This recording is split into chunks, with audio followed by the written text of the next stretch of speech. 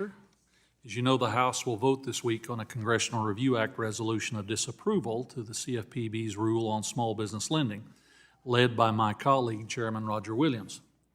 The Senate has already passed this resolution, which required a bipartisan vote. And while Congress is working to rescind the final rule, it seems this may be decided ultimately by the courts. In the meantime, I'd like to focus on one aspect of the final rule that I'd appreciate clarification on. The Paperwork Reduction Act requires agencies to determine the total paperwork burden by hours of major rulemakings. This measures the time required to generate and provide the requested information of the rule. CFPB estimated the total annual burden hours imposed by this final rule to be 8,302,000. That's the equivalent of 947 years.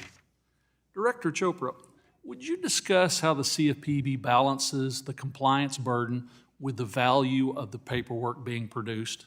Because 8 million hours is a lot of time. Yeah, so we try and analyze various ways to reduce the burden, and in the rule we actually provided different flexibilities. They don't have to use a particular form. But in this case, Congressman, we were under a court order to complete the rule. It was a statutory mandate, so we knew we had to do it.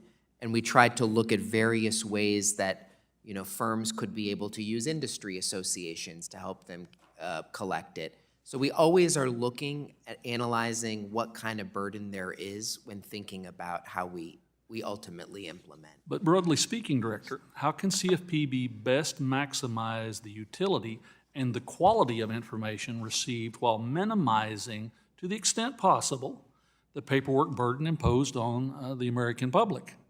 Yeah, so we put a lot of thought into this, and I've had a discussion with a few of you. One of the reasons why these rules can often create a lot of burden is when they're excessively complex.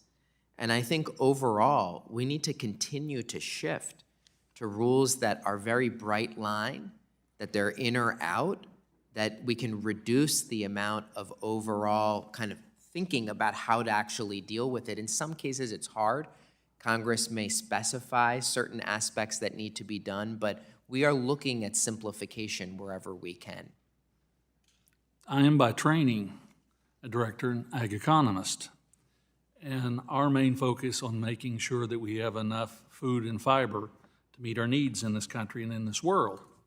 But economics by its nature is how do you allocate those finite resources among the unlimited demands to maximize the return.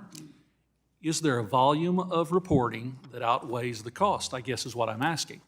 Just asking for every conceivable bit of information doesn't necessarily add to the quality of the result.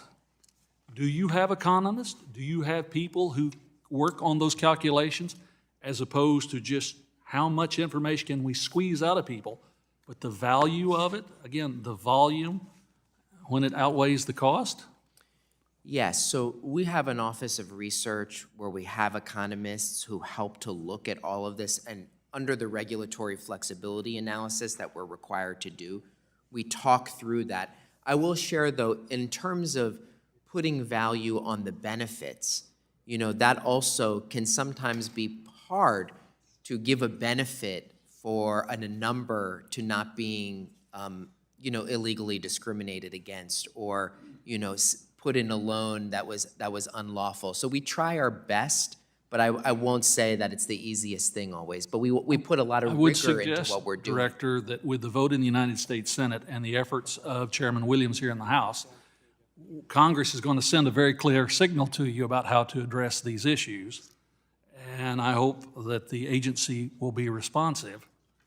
But we shouldn't make the best job guarantee in the history of the world being a compliance officer at some financial institution. And that appears to be what we've done, is provided job security for the folks who deal with these 8 million hours of paperwork. And I'm not sure that adds to the quality of life of my constituents. And with that, I yield back, Mr. Chairman.